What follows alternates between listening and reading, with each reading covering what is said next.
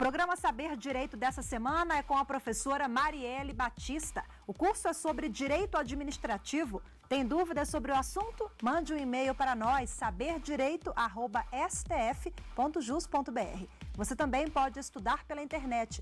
É só acessar o site www.tvjustiça.jus.br. Olá, pessoal, sejam bem-vindos ao Saber Direito. Este é um programa da TV Justiça. Meu nome é Marielle, sou professora de Direito Administrativo e na aula de hoje nós falaremos de autarquias e fundações públicas. Na nossa última aula, eu tratei de alguns aspectos importantes a respeito de autarquias, comecei a falar das suas características e hoje nós daremos continuidade a essas características, tá certo? Bom, olha só, vamos falar um pouco agora a respeito dos bens das autarquias.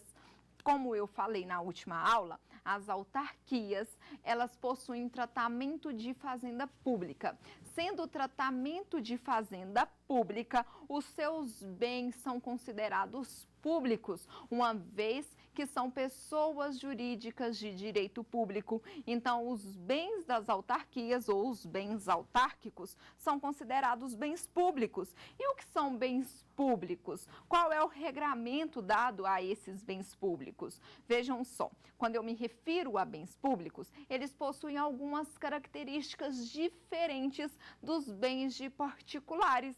Bens de particulares das pessoas privadas, eles poderão ser dispostos da forma como for conveniente, poderão ser alienados, poderão ser dados em garantia, seja garantias do juízo ou garantias fora do juízo. Agora, se eu estou me referindo a bens públicos, aí o tratamento já é diferente. Por quê? Porque os bens públicos, primeiro, eles são inalienáveis. Essa inalienabilidade, ela é relativa. E o que significa isso? Bens que são inalienáveis. E essa é a primeira característica dos bens autárquicos. Vejam, as autarquias, elas não poderão dispor dos seus bens, não poderão dispor dos seus bens enquanto estes bens tiverem uma afetação, enquanto estes bens tiverem uma finalidade.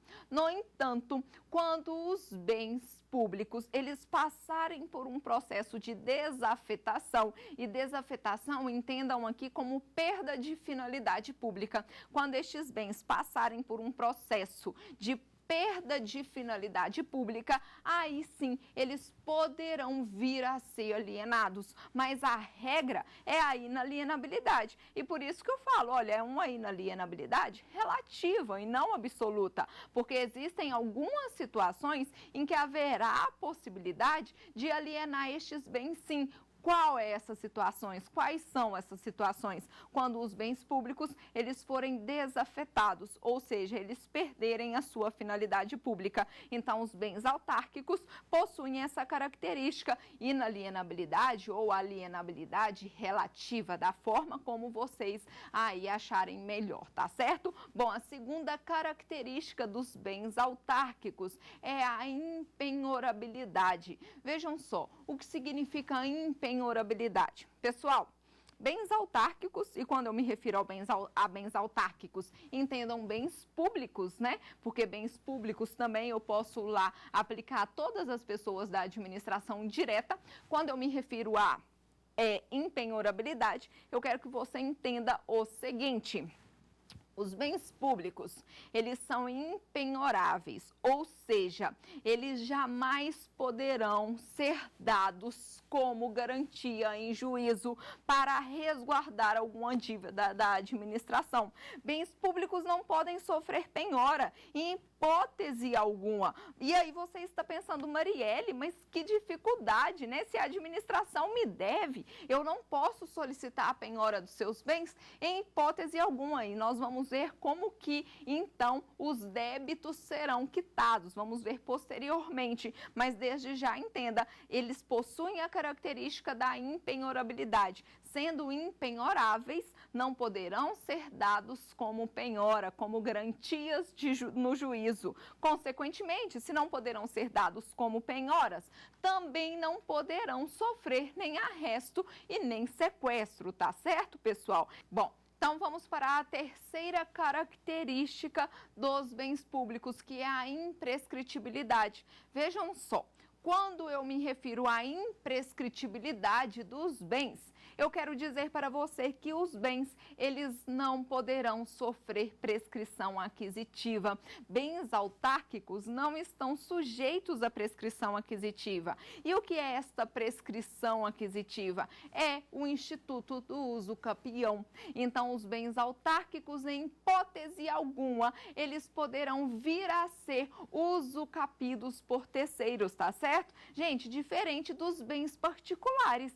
Bens particulares podem sofrer usucapião, já os bens públicos não. E por isso que eu chamo, então, de imprescritibilidade, ou seja, não estão sujeitos, em hipótese alguma, à prescrição aquisitiva. Tudo certo? E por último aqui, a característica dos bens autárquicos é a não onerabilidade ou a não oneração. Não onerabilidade significa que os bens autárquicos, eles não poderão ser dados como garantias fora do juízo. Já te falei que não pode ser dado como garantia dentro do juízo, que seria a penhora. E também não poderão ser dados como garantias fora do juízo, que é a hipoteca e o penhor. Penhor aplicado aí para os bens móveis e a hipoteca aplicado para os bens imóveis. Em hipótese alguma, estes bens, eles poderão ser dados como garantias fora do juízo. Eles não poderão ser objeto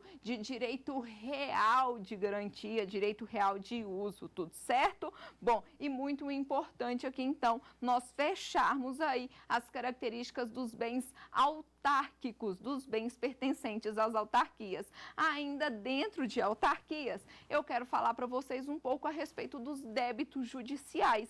Débitos judiciais, eles serão pagos por meio de precatórios. O artigo 100 da Constituição Federal, ele diz que os débitos judiciais, eles serão pagos aí sempre por meio de precatórios. Os débitos que a administração tem com particulares será regulamentado e quitado por meio de precatórios. Pessoal, lembram que eu falei para vocês há pouco? Olha, os bens públicos jamais poderão ser dados como garantia dentro do juízo. Os bens públicos jamais poderão ser penhorados dentro do juízo. Então, logo, não adianta eu solicitar arresto e nem sequestro sobre um bem. A administração irá quitar todos os seus débitos por meio do pagamento de precatórios, tá certo? Existe uma fila, então, hoje de precatórios e aí, de acordo com que essa fila vai andando, é que aquele que tem um precatório terá o direito de receber, deve obedecer à ordem da fila de precatórios, tá certo? As autarquias, como nós estamos falando de autarquias, elas possuem filas próprias. Cada autarquia possui a sua fila própria de pagamento dos precatórios, dos seus débitos, tudo ok? Bom, ainda dentro de autarquias, vamos falar um pouco a respeito dos privilégios processuais.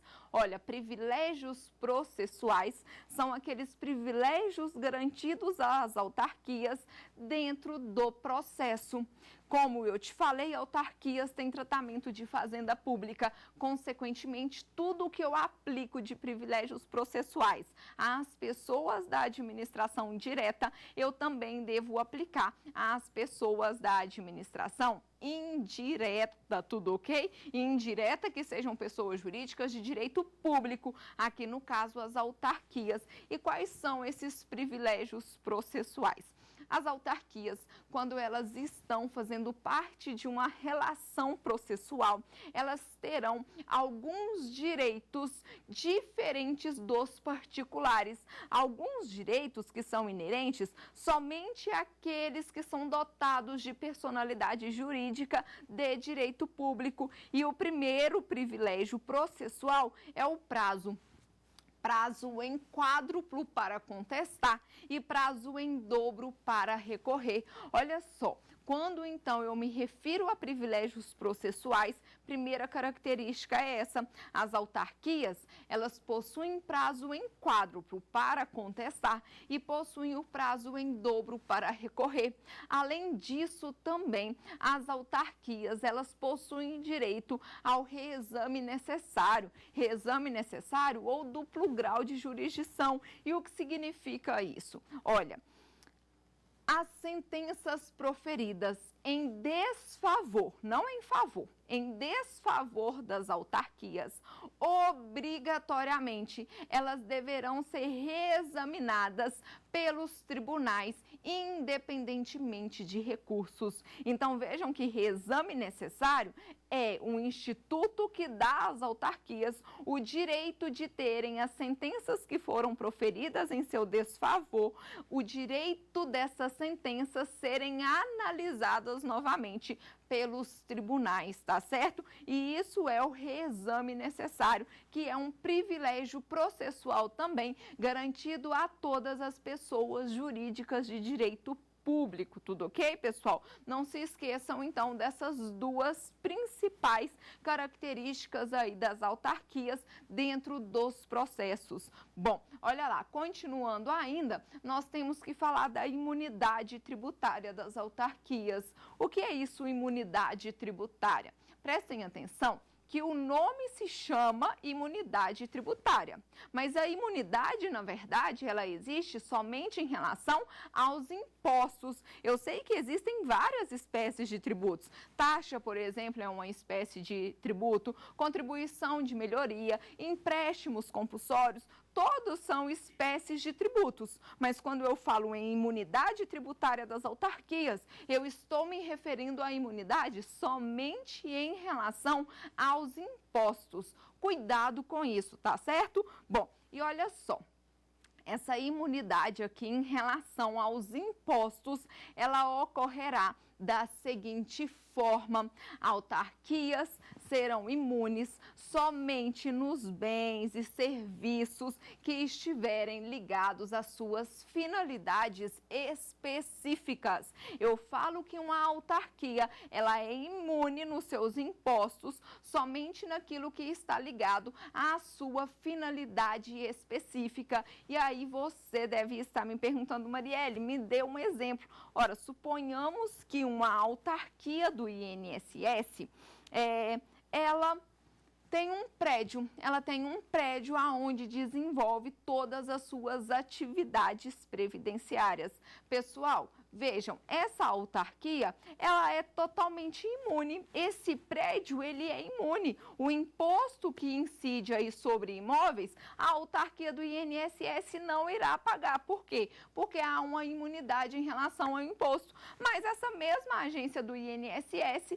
ao lado tem um terreno e ela resolveu utilizar esse terreno para fazer um estacionamento e ela cobra por hora aqueles carros que vão estacionar lá. Isso é finalidade específica do INSS? Está ligado à sua atividade previdenciária? Em hipótese alguma. Então, sobre aquele terreno não haverá imunidade nos impostos. Vai ter que pagar imposto sobre aquele terreno obrigatoriamente. Por isso que a gente diz, as autarquias, elas são imunes aos impostos, mas somente quando estes estiverem ligados às suas finalidades específicas, tá certo? E tomem bastante cuidado com isso. Bom, e a nossa próxima e última característica dentro de autarquias é o regime de pessoal. O que é esse regime de pessoal?